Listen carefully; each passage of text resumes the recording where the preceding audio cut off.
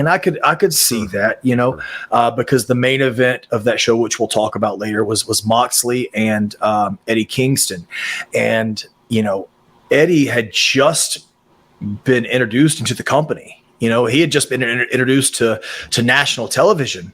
He'd been this indie standout forever. I mean, I was a huge fan of his. I actually would text him before he even came to AEW and tell him how much of a fan I was of his work and his promos and his believability.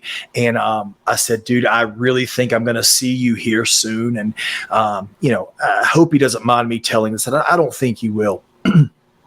But I'd never met Eddie before this. But I believed so much in his passion, and I believe so much in his ability and him as a person.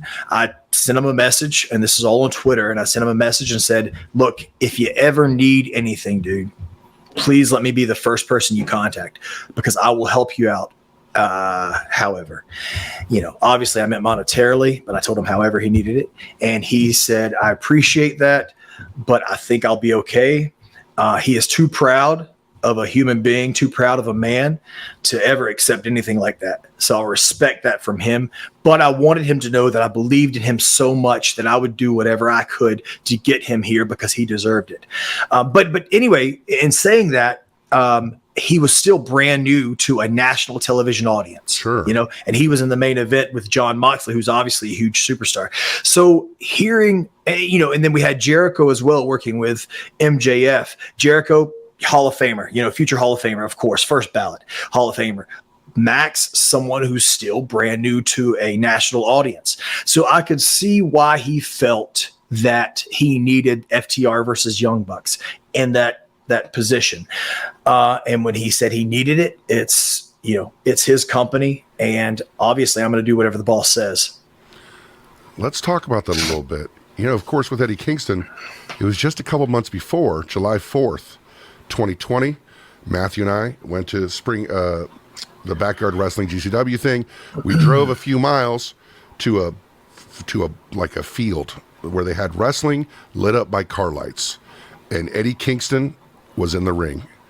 There was probably 50 people there, and that's where Eddie Kingston gave the promo about Cody Rhodes.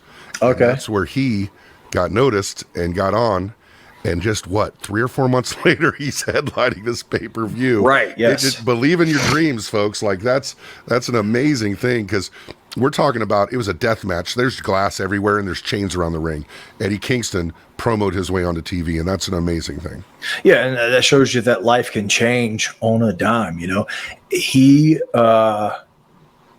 went from someone who was well known and well respected in independent wrestling, but obviously independent wrestling is not the most lucrative job in the world, to landing a spot. And I'll talk about this. I had this in my notes, but I remember him after this main event being so emotional and so proud of himself for being in the main event of a pay-per-view. And he deserved it. He deserved to be proud because he had worked to get there.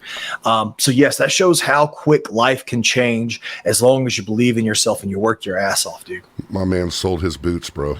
Like, he sold his boots. Mm-hmm. Then he freaking, it's crazy.